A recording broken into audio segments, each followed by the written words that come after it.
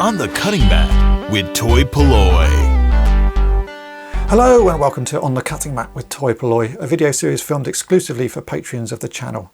Each month I share exclusive content, behind the scenes images and early ad-free access to all of my restoration videos with my Patreons.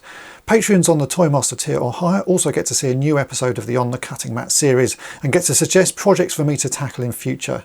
Today I'm sharing with everyone an episode of On the Cutting Mat as chosen by my YouTube subscribers, and this one is all about Thundercats' light up eyes. If you would like to see all the other episodes of On the Cutting Mat, then head on over to my Patreon page by following the link in the description. Episodes are also available individually if there's just one that catches your eye. Now let's get on with the project. On the Cutting Mat with toy-polloi. Hello and welcome to episode 18 of On the Cutting Mat with toy-polloi, and today we're going to be doing some more work on the LJN Thundercats Lion-O figures. I've actually recently covered this over on the channel because I have a growing bag. In fact, I'll show you here. This is my growing bag of broken Lion-O figures. I'm not quite sure where they keep coming from. Every time I get some more bits in, there's another broken Lion-O in it. So I've got this one here which someone sent me fairly recently, and it actually turned up like this, all in pieces. The only thing I've done so far is repaired the leg. One of the legs had the little pips broken off, so I've just repaired that the exact way that I've shown previously. So I've drilled a couple of holes and then inserted a screw into that to reattach the little pip. In fact, I'm not quite sure if this leg is the original leg for this figure. The pip certainly wasn't the original pip. It was the slightly different shape, so I had to do a bit of modification to it. And you can see the legs are slightly different colours. In fact, the blue of the boots is slightly different, but it doesn't matter in this instance because that's not the bit I'm worrying about. On this one, I don't think the light works, so I wanted to have a go at trying to replace the light or trying to fix the light. Now the lights on these figures are actually called grain of wheat bulbs, so they are 1.5 volt normal little bulbs, incandescent bulbs I suppose is what you call them. They're not LEDs, and they run off one single AAA battery, which is what is in the power ring, and you can buy easily replacements of those. In fact, I have a box here because I've used them for other projects. This is the grain of wheat bulbs. You buy them in bulk. I think I've got 50 here, and it really didn't cost very much money. So that is one single grain of wheat bulb. Let me show you that, and that is what they should look like. And this one doesn't appear to work, but I'm not sure whether there's something wrong here or there's something wrong in my power ring. So we're going to do a few little tests and see if we can get this working before putting this figure together. These are quite interesting figures to me. I've never really worked on Thundercats sort of figures much, and because it's got this sort of electronic component inside, it just adds an extra level to it. We've also got the battlematic mechanism, which is this lever on the back. On this one it does work. You can see that little post moves. In fact, if I put the arm post back in, you can see that a bit clearer. So let's do some tests and see if we can actually get this thing working. So the simplest way to test this is to just get one of the grain of wheat bulbs and put it onto the two contacts. I put a AAA battery in here, which I know works. So if I touch that contact to there and touch that to there, it should light up.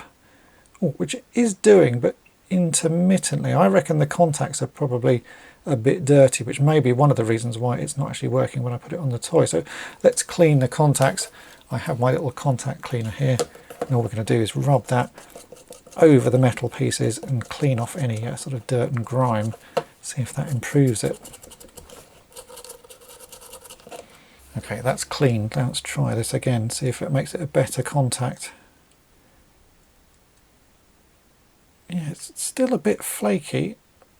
Maybe that needs a bit more of a clean. It does work. You don't have to worry which way around the legs are on these because it's not like an LED. It doesn't matter which way the power is flowing through it. So that is working. I'll give them a little bit more of a clean, and then we can try and clean the contacts on the back of Lion-O and see if it works on there. We also need to check the bulb on Lion-O, check that that hasn't blown.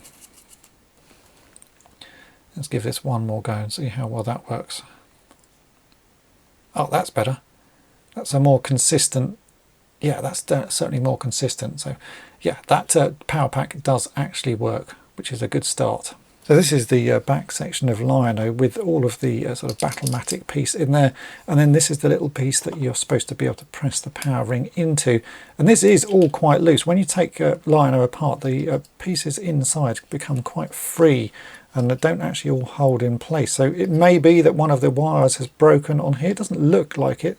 They do look like they are all connected. It may be the bulb was blown, but I have just given that a quick check. And to check that, I've just got one of these loops. So this is a tiny little magnifying glass. And I've been trying to sort of study the bulb.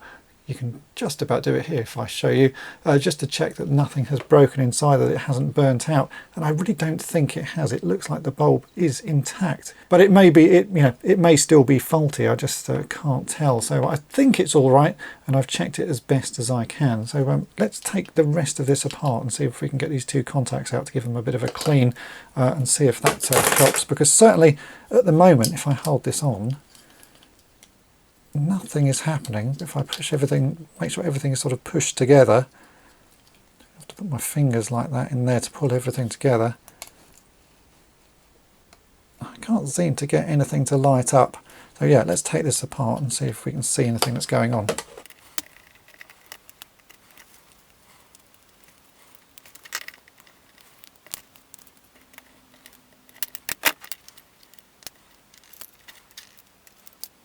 Okay, so then we have the pieces. It is just two wires onto a bulb, and it looks like that threads through there.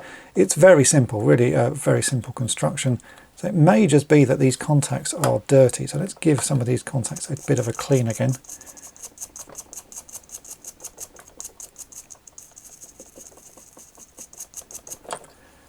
And we'll do the same on that one, which we'll have to do while it's like that. Does that come out? Is there any way of pulling that out?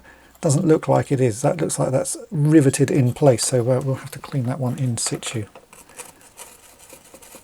So I've just taken the AAA battery out of the power ring, put it into this little battery holder so that we can test a bit easier, and we'll just test that this battery holder is actually working by getting a grain of wheat bulb, and you can see that that lights up. So now we can hold this onto the two contacts. So if I press that onto the inside of that contact there, which is this metal plate, and then we'll get that and touch it onto the other part, which is the bit that goes sort of inside that, and see.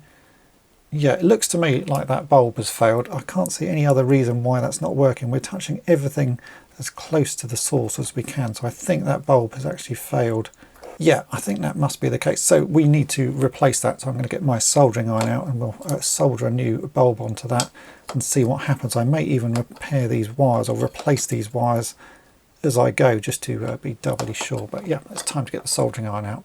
Okay, so I now have my soldering iron out. I've got some solder, I've got a little bit of heat shrink as well. I've got my new grain of wheat bulb, and here is the original bulb. I think the first thing to do is just to cut this off, resolder on the new bulb, and see if that works. If that doesn't work, then I will replace all of the cabling, but I'm hoping it is just the bulb gone. So let's just replace that and see what happens.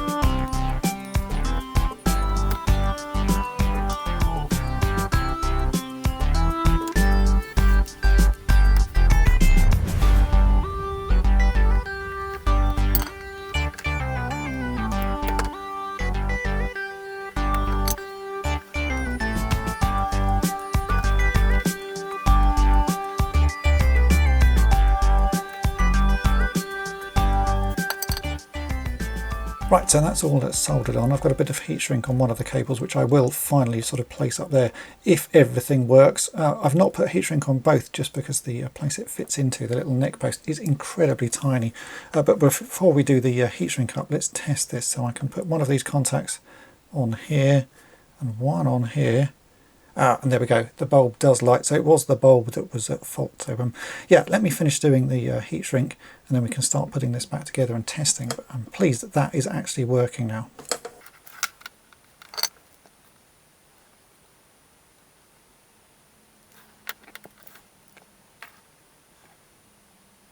Now to give this a proper test, so I've just put that little internal piece back in. We can put the bulb and this sort of the bit that goes in the head back in the right position, which is about there. And if I put my finger on that just to hold it in place, I've put the battery back in the power ring. if I push this in the back, yep, the light is now working. That's fantastic. So it was a blown bulb on this one. It's very simple to fix if you can get the figure apart. It is just one of those grain of wheat bulbs. So let's now put this figure back together. I've got to rebuild the Battlematic part, which is all of these pieces here, which is a spring-loaded thing, isn't it? So yeah, it might be a little bit awkward. I can see we've got the spring there that has to go onto that, and then that's got to go through the back of the figure. Oh yeah, this is going to be a bit of a pain. I think I might need a pair of tweezers to get this all lined up. But yeah, let's get this put back together and then we can do a full test. Oh, actually, no, there you go. If I've got a screwdriver, which I think I have just here, I should be able to push that back in, hold that in place. Then we can get that piece, which has to go around that way, as far as I remember, which it does. And then we get this back panel, which has to go on like so. If I line that post up at the bottom, is everything going to spring out? I think it is. Can I hold it in? Yeah, there we go. Yeah, that's working. So I've got those 2 screws in. We can then put this figure back together and check that it still all works. But I'm pretty happy with that. Not too fiddly, but fairly fiddly. Now, when this figure arrived here, it was all in pieces. So I'm just going to sort of reverse engineer the process of putting it back together. So we have this little clear plastic piece, which is his eyes. And I know from doing a little test fit that these do actually fall out. So I'm just going to put a little bit of super glue onto the side just to hold those in place. They weren't originally held in place with super glue or any sort of glue. They were just sort of held in place by other pieces. But in this instance, I know that this is an issue. So I'll just glue those in. Feels like a bit of cheating, but yeah, it shouldn't really cause any issues. Now we can get this little bulb piece, and that slots in like so. Just line that up. Oh, I can see what the issue is. There's a bit of a rim around that. Just some excess plastic. If I cut that off, then that won't push that piece out. So if I just get my knife here and carefully cut around the edge, it's just some excess plastic there. That looks like that should do it. And then if I drop that in, oh yeah, that's fine. Now let's get the back of the head and just check this all lines up. And I'm going to, again, just super glue this. Plastic weld does work, as I've shown in my other video, but I'm just doing this sort of quickly just to get this figure working. Yeah, I think super glue will do that. So a little bit of super glue just around the edge, and that will hold everything in place, and then we can put the rest of the body together. So when this has been taken apart, it's actually broken all of the posts here. So just a little bit of super glue on each of those 3 posts, and then a thin, very thin piece just around the edge. Should be enough to hold this together. A little bit on the neck there as well. Now to do that without getting my fingers stuck,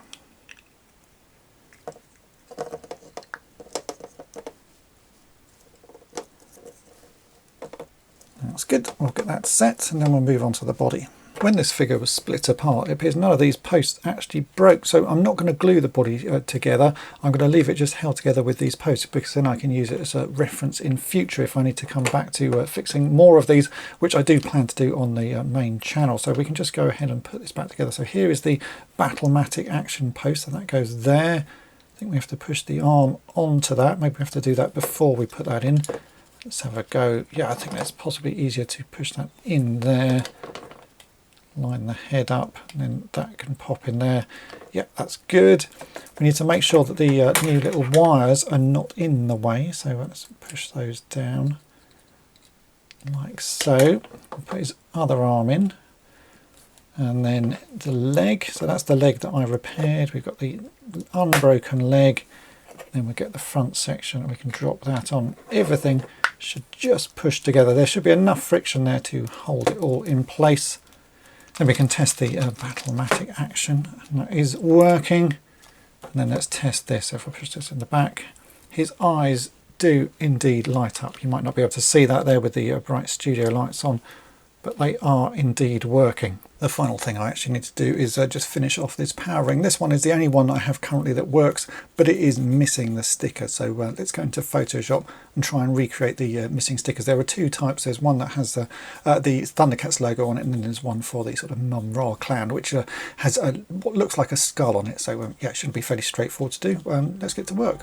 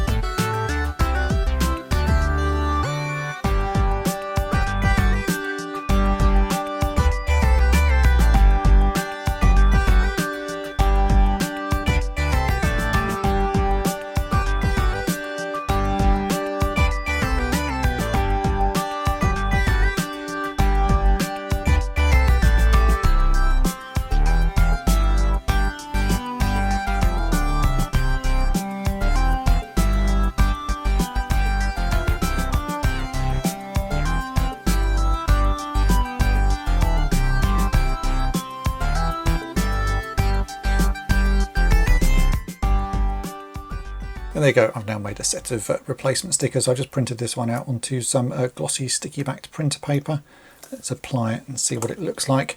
Should just fit. I made the measurements quite closely, so I'm just going to stick that on there like that.